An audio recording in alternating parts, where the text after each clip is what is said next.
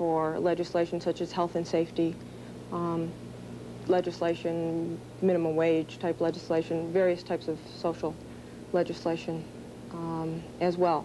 Workers, when they get together, have more bargaining power with an employer than they can possibly have individually, one-on-one. What do you see as the result of having a union in the workplace? I think the most important thing that unions do is to give workers dignity and respect in the workplace. And they do that by putting workers on an equal level with management in determining the conditions under which they work. It gives them a voice in determining the conditions, and it gives them some recourse. And a contract gives them protections that they don't have and could never have in a workplace where no written contract exists. Most people don't realize that employers in this country, unlike a lot of other countries, really can unilaterally do whatever they want in a workplace if they don't violate certain key laws, which are very few and far between. And in order to get the kind of protection and job security and job dignity, there's no substitute for a union contract. All right, people gain dignity, respect, and protection. Good. But would you expand a little more on why people join unions? It's the only way that workers have of getting on an equal footing with their employer. Unions bring democracy to the workplace. Right now, in most companies, in most situations, if a worker is having problems, or if they don't like certain working conditions, or if the wages and benefits are not adequate, the only recourse they have is to hit the door. Federal legislation was passed years ago to make it possible for workers to organize and bargain collectively. It says that if you're an employee working at a certain place of employment, you don't have to hit the door, that you can sit down with a group of your employees and bargain over the kinds of wages, benefits, hours, and working conditions that you're willing to work under.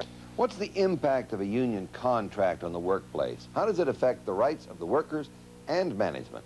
Once it is in effect, a contract provides some written rules in terms of the workplace, so that employers, when they want to change something, cannot do it unilaterally, have to follow the terms that are in the contract. Most employers, when they don't have a union contract, they usually have some employee handbook or work rules, but there's no obligation whatsoever to follow those rules. And when they're not followed, employees have no recourse. With a contract, when one of those provisions is broken, someone is laid off out of seniority, for example, or they try to, you know, they're looking to take something away or to make a change, they can't do it, and they can't do it unilaterally. And so you have a grievance procedure that's built in, and it more or less stabilizes the workforce. A lot of managers are surprised after they get a union voted in. They think it's the end of the world. And then once they see that a contract isn't the worst thing in the world,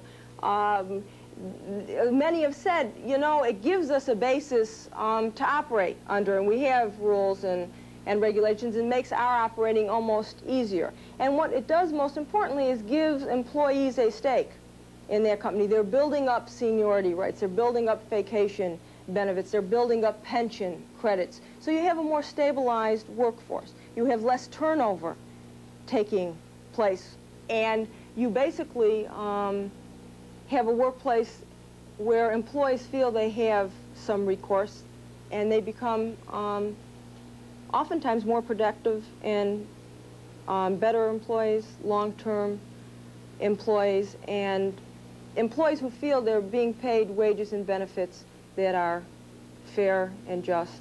And it does give them some, again, dignity and respect. It's a given that unions and management don't always see eye to eye. So what tools, what strategies does a union have when it's dealing with management? We're always looking for new strategies. You may say the strike was one strategy, boycotts were another, the corporate campaign is something that is coming up in recent years. unions have been, reaching out to each other in terms of trying to form coalitions.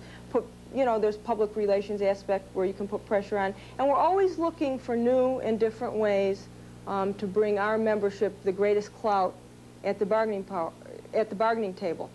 So our bargaining power is increased. And we'll be developing new kinds of strategies and techniques, such as the corporate campaign. You can get in the whole legislative end of things, too, where unions put pressure legislatively to achieve some of their ends, whether you can go through labor legislation reform or whether you go through just in public employee-type situations. All right, then, how do you see relations between labor and management evolving, positively or negatively? In order for them to evolve in a positive direction, management needs to accept the fact that unions have a place, they have a role, and a job to do for our membership, and accept the right that we have to exist in this country, which I don't think they're at that point. Wait a minute. That's what management has to do, but what about labor? I think labor has demonstrated its willingness to work with management for the benefit of our membership. We've been in situations where companies are operating in the red, where they're in a position to go bankrupt, and where we've worked with management in terms of sometimes negotiating like ESOP plans in exchange for a temporary wage freeze or a wage cut, and have tried to do what we can to keep companies viable. It doesn't help the labor movement for management not to be profitable and for companies to be going out of business. A healthy management can afford to pay higher wages and higher benefits to our members and to our membership. It would seem, Vicki, what you're saying is that management and labor are mutually dependent on each other. So is there a key here to better labor-management relations? There has to be some kind of mutual trust, and I just really don't think that there is a mutual trust, and I don't think with the actions that most management have taken over the past few years that that trust is going to increase by any step of the imagination. We have certain very good relationships with certain individual companies, and labor relations have evolved in a positive direction. But overall, there seems to be an increasing resistance to unions and an increasing trend toward management to really engage in illegal tactics, to keep unions out, to try to decertify them, deauthorize them, etc. And if that continues to be the trend, labor relations can't be evolving in a real positive kind of manner. Vicki, we need to move on now to Quinn Mills in Cambridge, Massachusetts, but later in the program I'm going to make a mental note to pursue the issue of trust which you raised.